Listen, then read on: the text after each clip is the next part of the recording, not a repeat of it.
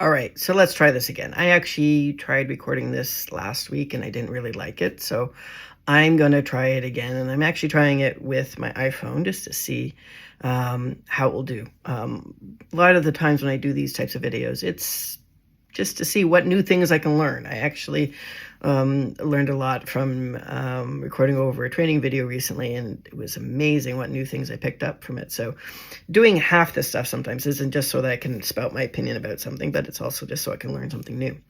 So what was the topic? Well, the topic was based on an article I read, which was about Allstate and how they sold their headquarters. They basically halved their real estate costs, and they allowed their employees to work from home, which was interesting. I'm a big advocate of work from home, right? Now, I'm not going to say that work from home is for everybody, right? I do recognize there are some reasons and some valid points to return to office, right? One of the biggest ones, of course, is around the fact that we are human beings. And as introvert as I am, there is some advantages to actually talking to a human being in person every now and again. You can't stay forever in your little bubble and not talk to somebody. You really do need that interaction, that socialization. So there is that socialization. There's some good collaboration that comes from it. But there's enough tools today that you could probably do a lot of this stuff remotely, kind of thing.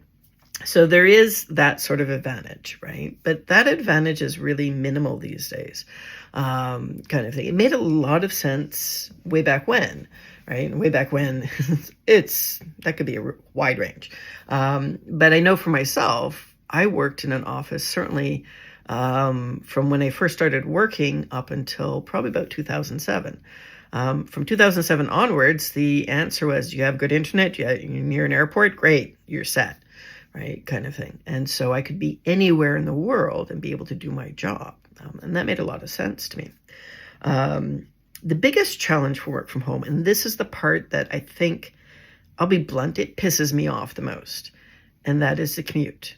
Right? No one likes commuting, right? We always hear about how horrible commutes are. In a city like Los Angeles, my wife, she did an hour and a half each day, hour and a half each way each day. So 3 hours minimum. Usually it was 4 to 4.5 hours each day for about 3 years. And by the end of it, she was almost fried, pretty much fried, kind of thing. She then was able to move to a different location that was closer with the same organization. But the commute is actually a really big cost, right? On average in the States, it's roughly something like $8,000 to $12,000, depending upon which city you're in and so on, what type of vehicle you drive and what the state of the gas prices are, right? And that's just the cost on the vehicle, right? So the cost of the insurance, the cost of wear and tear on the vehicle, new tires, all of that stuff. What it doesn't include is the cost on the human, right? And commuting is possibly one of the most stressful things ever. Even here, right? My wife and I live in a sort of semi-rural area of Nova Scotia. We're about 25 minutes outside of Halifax.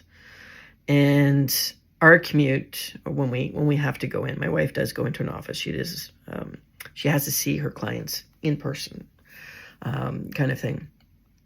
But for us, when, it's rush hour, it's an extra 5 minutes. And it's not bad, right? In comparison to, say, Los Angeles, it's a huge difference in that respect. And it's a lot more enjoyable, right? Especially when it snows or it's fall. The snow, it looks pretty after it snows. When it's actually happening, we tend not to commute anywhere if we can avoid it, kind of thing. But, it's more enjoyable than compared to Los Angeles, where it's just concrete everywhere. Kind of thing. And so that's the one thing I think that annoys me the most about commuting is that corporations, that make huge profits aren't doing the basics for workers, right? If I have to commute in for their job, I'm paying for that privilege to come into the job. No, you're paying for the privilege of having me work for you. That's the whole point of a salary, right? That's the whole point of being paid anything. They're paying you for your time. And I wouldn't have done this commute if I wasn't working for you. So why aren't you paying me for it, right? I think that's one of the things that has to be incorporated into salaries. Like it should almost like here's your receipt. You paid this for this food, this for this paid this much on taxes, how much you're going to pay for a tip and so on. So they should do almost the same thing for salaries and show how much of it, we're paying you this much for your commute. We're paying this much for your time. We're paying you this much for so on. No one listens to me. I just work here. But, it's one of the big challenges with it. Now, work from home isn't for everybody. I know that without a doubt. There are advantages, right? Obviously, no commute, right? I used to always joke my commute was tripping over the dog before I got to the computer. That was the extent of my commute, kind of thing. But working from home really does depend on the worker. Some people really need to be in the office because they want that true separation of work and life. And I get it. It makes a lot of sense. It's one of the problems I had when I was in Los Angeles in particular. I couldn't turn off being at work. I was constantly on. I've learned from that. It led to a burnout, and I've stopped doing that. So I actually have a set time when I have a calendar. I have set hours, and those are the hours of my meetings. I'll do exceptions on, maybe once in a quarter because of, I have to reach out to APJ or I need to reach out to Europe, and the timings don't work out, right? If it's not, as long as it's not every day, then I can adjust for it, kind of thing. And so that's one of the big things, right? You have to have the right mindset for this type of thing. And there's, certainly challenges at home. My biggest challenge now is I have two large, very vocal golden retrievers who at the slightest noise will bark, kind of thing. And so my big thing is when I record in particular, I try to find quiet times. And that's not always easy for everybody, kind of thing. And I get that, right? And that's one of the challenges for those that, they would love to work from home, but in other case, whatever's at home, that may be reason to go into the office because, oh my God, I don't want to spend 8 hours with these people. I need to get away from the house. I get it, right? It makes a lot of sense. And I think that also became very apparent during the pandemic, right? A lot of people realized, I love my kids, but no, I don't want to be 8 hours with them. I send them to school for a reason. So it makes a lot of sense. And from a corporate perspective, work from home has a lot of benefits, right? Because, hey, sell those buildings, right?